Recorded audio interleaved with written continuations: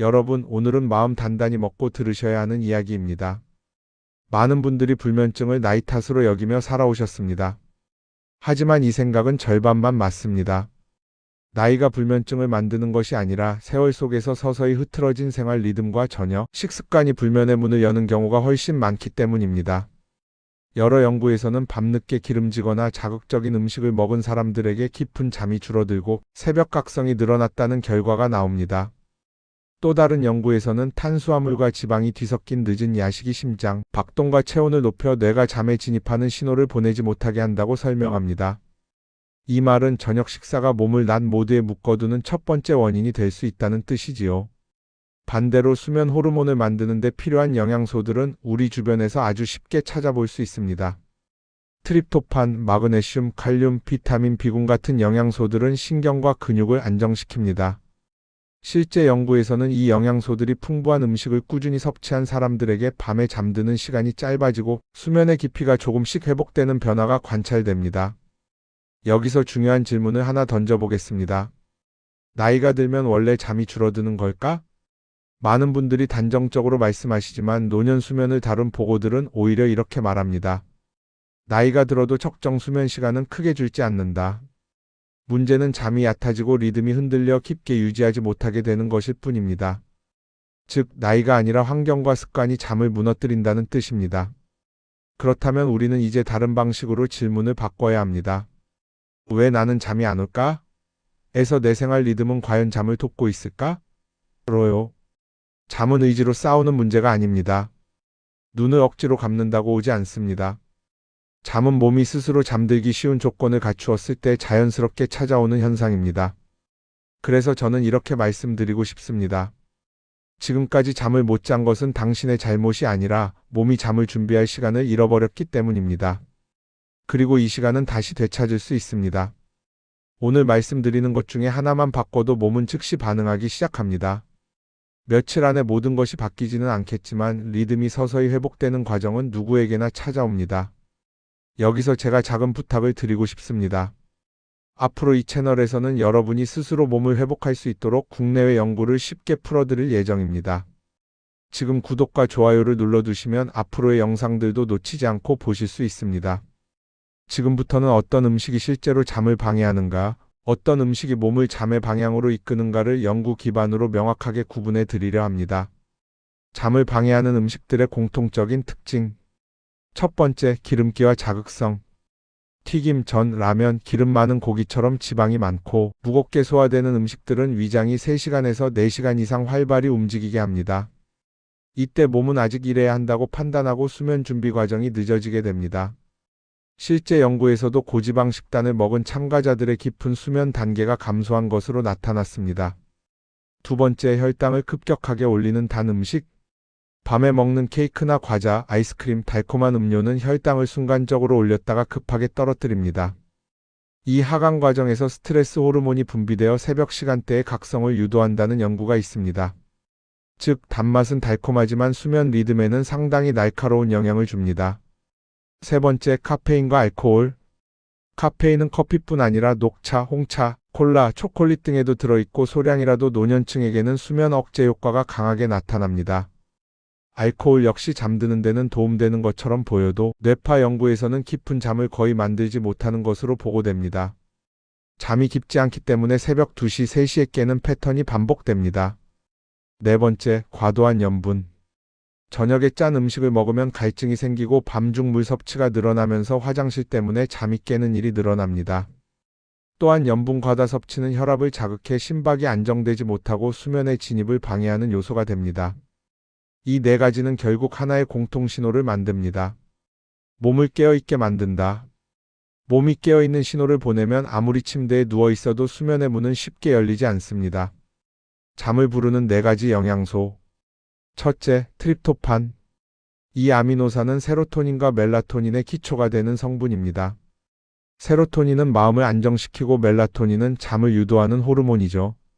연구에서는 트립토판 섭취 비율을 높인 식사가 잠드는 시간을 줄여주고 수면의 안정성도 높여준다고 보고합니다. 둘째, 마그네슘. 마그네슘은 근육을 이완시키고 신경 흥분을 가라앉히는 작용이 있어 천연 안정 미네랄이라고 불립니다. 특히 노년층의 불면 증상 개선에 마그네슘이 도움이 되었다는 임상 연구는 여러 건 존재합니다. 셋째, 칼륨. 칼륨은 혈압과 체액 균형을 조절하고 야간 심박의 안정성을 높여줍니다.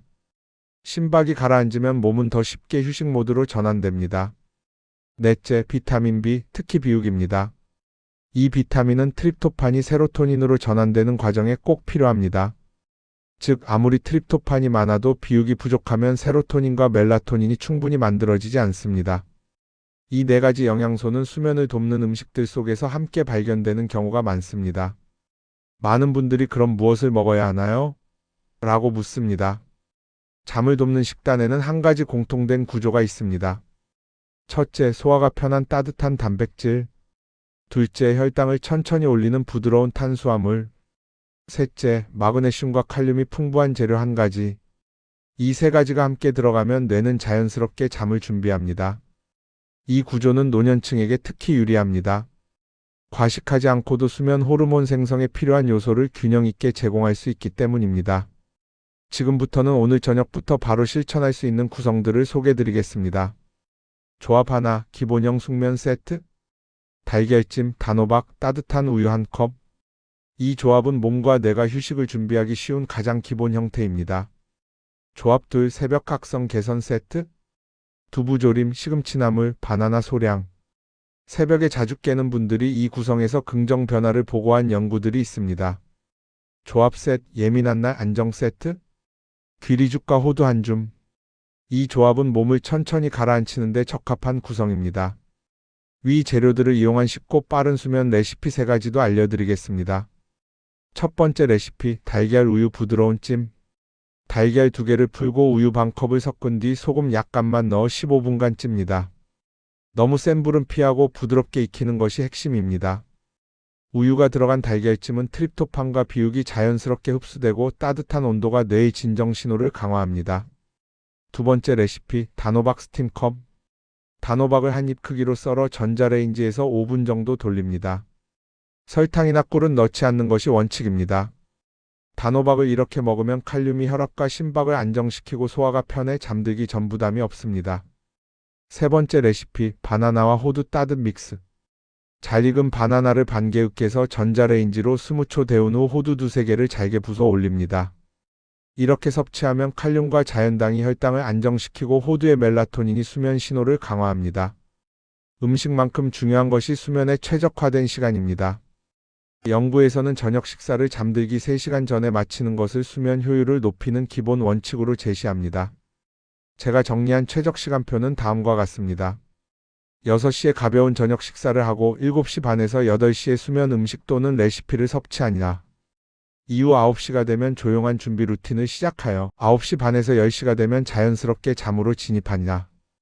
이 패턴은 노년층의 생체 리듬과도 잘 맞습니다. 마지막으로 수면을 방해하는 습관들을 명확하게 정리하고 어떻게 교정할 수 있는지 설명드리겠습니다. 첫 번째, 밝은 빛은 수면 호르몬을 가장 강하게 억제하는 요인이다.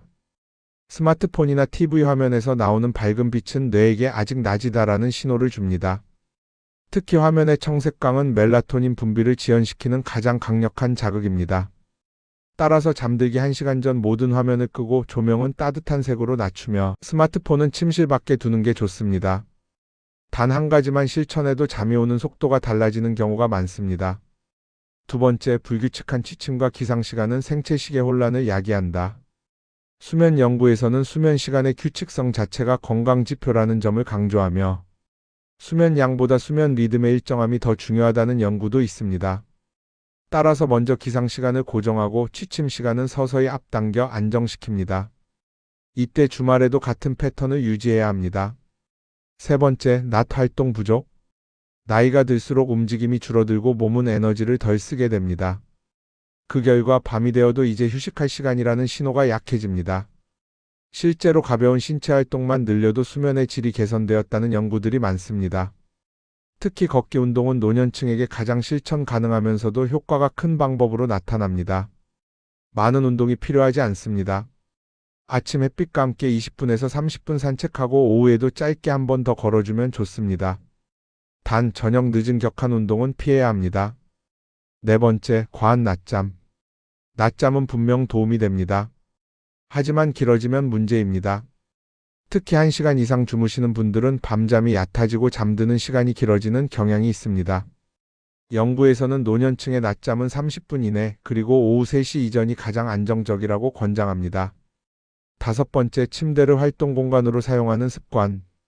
침대에서 TV를 보거나 스마트폰을 만지거나 간식을 먹으면 뇌는 침대를 활동 공간으로 인식합니다. 그 결과 침대에 누워도 자동으로 졸림이 찾아오지 않게 됩니다. 수면의학에서는 이것을 연결 약화라고 설명합니다. 따라서 침대는 오직 수면과 휴식만을 위한 공간으로 만들어야 합니다. 누워서 잠이 오지 않으면 20분 뒤 자리에서 일어나고 졸릴 때 다시 침대로 갑니다. 이 과정이 반복되면 침대와 수면의 연결이 다시 강해집니다. 여섯 번째, 과한 스트레스와 걱정. 어르신들이 공통적으로 겪는 불면 원인 중 하나가 바로 누웠을 때 밀려오는 걱정과 생각입니다. 스트레스가 많아지면 코르티솔이라는 각성 호르몬이 증가하고 이 호르몬은 수면의 흐름을 강하게 방해합니다. 수면 연구에서는 간단한 정리 루틴만으로도 걱정을 낮출 수 있다고 보고합니다. 잠들기 전에 내일 할 일 3가지만 적어두는 걱정 노트 작성하고 감사 문장 3줄을 작성하고 심호흡도 3번 정도 하는 이 간단한 습관들이 생각보다 강력한 안정 효과를 보여준다는 연구가 있습니다. 여러분, 지금까지 우리는 잠이 왜 흔들리는지, 저녁 식사가 어떤 신호를 만드는지, 어떤 생활 습관이 뇌를 깨우는지 하나씩 살펴봤습니다. 이제 남은 것은 단 하나, 그 모든 원리를 일상 속에서 움직이게 만드는 과정입니다. 그러나 많은 분들이 이런 고민을 하십니다. 좋은 방법이라는 건 알겠는데 어디서부터 시작해야 할지 모르겠어요. 그래서 저는 여러 연구들을 비교하면서 누구나 무리 없이 시작할 수 있고 몸이 가장 빠르게 반응하기 시작하는 기간을 기준으로 7일 회복 프로그램을 만들었습니다. 이 프로그램은 화려하지 않습니다. 하지만 몸의 생체 리듬을 되돌리는 핵심 단계만 가장 효과적인 순서로 정리해 놓았습니다. 일주일이라는 시간은 짧아 보이지만 과학적으로는 몸이 변화를 감지하기에 충분합니다.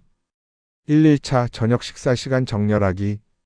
오늘은 다른 건 하지 않아도 괜찮습니다. 딱 한 가지, 저녁을 6시 안에 마치는 것. 우리 몸은 소화를 끝내야 잠을 준비할 수 있습니다. 이 한 단계만 지켜도 위장의 부담이 줄고 밤에 뇌가 보내는 수면 신호가 훨씬 명확해집니다. 2일차 수면을 돕는 영양소 한 가지 넣기. 트립토판, 마그네슘, 칼륨 중에 어느 것 하나라도 저녁 식탁에 올려보세요. 달걀, 두부, 단호박, 바나나, 견과류 등이 모두 해당됩니다. 아직 메뉴 전체를 바꿀 필요도 없습니다. 단 하나의 재료만으로도 몸은 잠에 도움이 되는 방향을 감지하기 시작합니다. 3일차 잠을 깨우는 음식 제거하기. 오늘은 빼는 날입니다. 카페인, 술, 늦은 단 음식, 튀김과 기름진 야식, 이 4가지를 6시 이후 완전히 제외하는 것만으로 새벽에 깨어나는 횟수가 줄어들기 시작합니다. 4일차 침실 환경을 수면 모드로 전환하기. 잠은 어둡고 조용한 환경에서 가장 깊어집니다. 오늘은 침실을 간단히 정리해 봅니다. 밝은 조명을 따뜻한 색으로 바꾸고 스마트폰을 침실 밖에 둡니다. 침대에 누우면 자동으로 졸리는 몸의 조건이 바로 이런 환경에서 만들어집니다. 5일차 아침 햇빛으로 생체 시계 되돌리기. 아침 햇빛은 생체 리듬을 리셋하는 가장 강력한 신호입니다. 수면 연구에서는 아침 햇빛 20분이 밤의 수면 깊이를 높인다고 설명합니다. 산책이 어려우면 베란다 앞에 서서 빛만 받아도 충분합니다. 6일차 수면 레시피 한 가지 적용하기. 이날은 식단에 작은 업그레이드를 합니다. 앞에서 설명드린 우유가 들어간 달걀찜, 단호박 스팀, 따뜻한 바나나와 호두 믹스, 이 레시피들은 수면 영양소를 가장 흡수하기 좋은 조리 방식입니다. 매일 먹을 필요도 없습니다. 단 하루만 직접 만들어도 몸은 그 패턴을 기억합니다. 7일차 잠들기 전 루틴 만들기. 마지막 단계는 몸과 마음을 천천히 가라앉히는 루틴을 만드는 것입니다. 연구에서는 이 루틴이 수면 불안을 낮추고 잠드는 시간을 줄인다고 보고합니다. 오늘은 다음 중 2가지만 해보세요.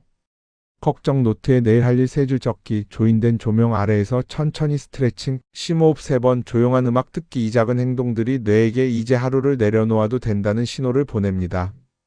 일주일 후 느낄 수 있는 변화는 다음과 같습니다. 잠드는 시간이 짧아짐, 새벽에 깨는 횟수가 감소, 아침에 머리가 덜 무겁게 느껴짐, 하루 동안의 기분 변동이 완화, 체력 소모가 자연스럽게 분배됨. 특히 노년층에서는 수면 회복, 면역력 개선, 인지 기능 개선이라는 흐름이 연결되어 나타나는 경우가 많습니다. 여러분이 1일차부터 7일차까지 작은 단계라도 밟아 나가신다면 몸은 반드시 반응합니다. 여러분이 나이가 많아서가 아니라 몸이 다시 회복할 능력이 있기 때문입니다. 7일 회복 프로그램을 시작하실 분들은 댓글에 이렇게 적어주세요. 저는 오늘부터 7일 회복 프로그램을 시작합니다. 이 문장이 여러분의 몸에 새로운 방향을 제시하는 첫 신호가 됩니다. 오늘도 긴 이야기 끝까지 함께 해주셔서 정말 감사합니다.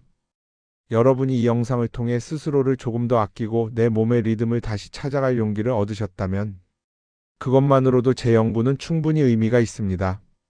여러분의 건강한 밤과 평안한 내일을 진심을 담아 응원드립니다. 감사합니다.